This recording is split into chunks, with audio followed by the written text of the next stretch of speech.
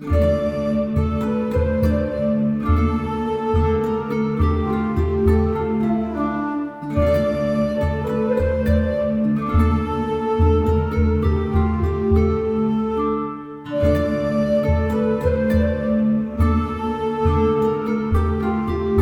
le repas pascal, il y a plusieurs aliments symboliques que nous allons vous présenter.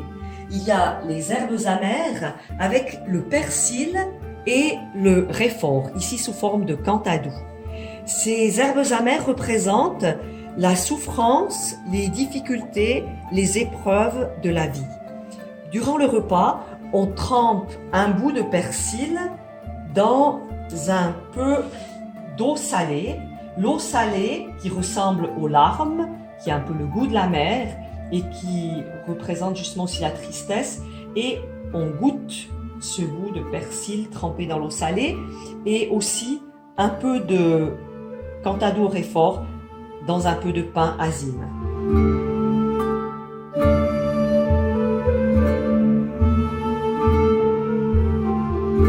Heureusement, dans la vie, il n'y a pas que les choses douloureuses. Alors, nous avons ici le arrosette, qui est un mélange de figues, de dattes et de miel, qui est un symbole donc de douceur de vivre. Et puis, du céleri, les branches de céleri, qui sont, elles, un symbole d'attention et d'amour.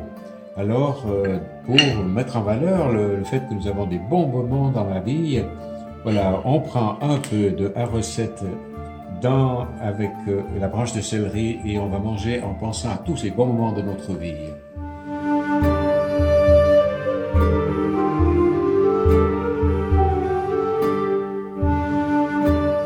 Et voici le pain azime, ce pain de misère qui n'a pas eu le temps de lever quand les Égyptiens poursuivaient les Hébreux qui ont dû partir. Eh bien, on est parti et le pain n'a pas levé. Donc on le fait sans levain. C'est ce pain aussi que Jésus a utilisé lors de sa dernière scène pour donner sa vie sous la forme du pain à manger.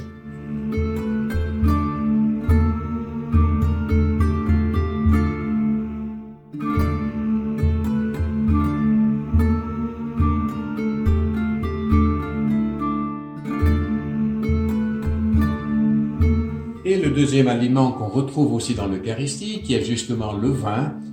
Comme on est un repas en famille, donc on va peut-être utiliser aussi, pour les enfants, du jus de raisin. Donc c'est tout à fait possible. Hein. Le vin, c'est le symbole de la joie du temps qu'on partage. Mais on a aussi l'habitude chez nous ici en Europe de lever notre verre à la santé de quelqu'un. Et les Juifs ont cette habitude aussi de lever le verre à la santé du Seigneur.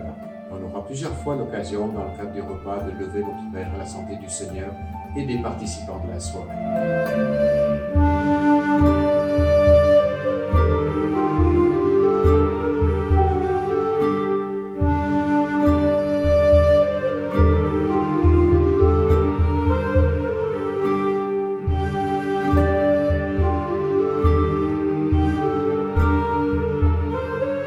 Après les aliments symboliques, vient la partie principale du repas. Souvent, dans cette partie, on mange de l'agneau pascal. Certaines familles juives mangent aussi des volailles. Vous accompagnez cela avec tout ce que vous aimez, du riz, des pâtes, des légumes, des salades et même des desserts. Et surtout, n'oubliez pas les desserts.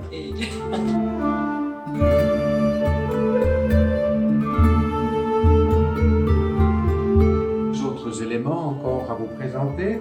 On a ici un grand plat avec de l'eau, simplement il y a un linge et simplement donc on se rappelle le lavement des mains et c'est à cette occasion-là que Jésus a lavé les pieds de ses disciples.